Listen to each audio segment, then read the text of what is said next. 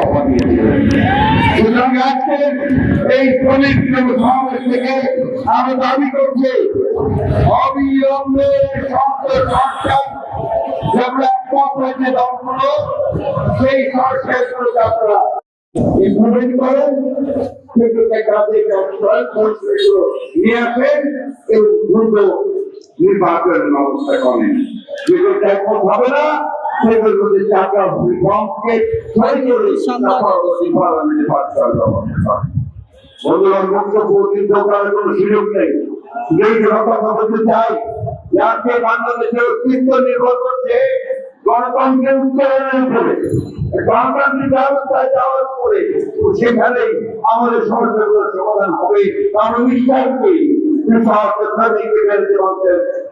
সমাধান একমাত্র সমাধান সম্ভব একটা গণতান্ত্রিক ব্যবস্থায় উত্তরণের মধ্য দিয়ে। আরেকটা কথা বলে শেষ করবো, দয়া করে রাজনৈতিক দলগুলোকে ইগনোর করে অবহেলা করে জনগণকে অবহেলা করে এমন কোন চুক্তি করবেন না যে চুক্তি বাংলাদেশের স্বার্থের বিরুদ্ধে যাবে।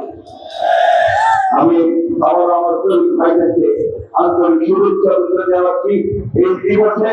সেই সঙ্গে যে প্রধানটি এই দিনের সবচেয়ে বড় প্রধান সমস্ত দুনিয়ার বিরুদ্ধে ত্যাগ করে সেই প্রধান নিয়ে শেষ করতে চাই। ধন্যবাদ।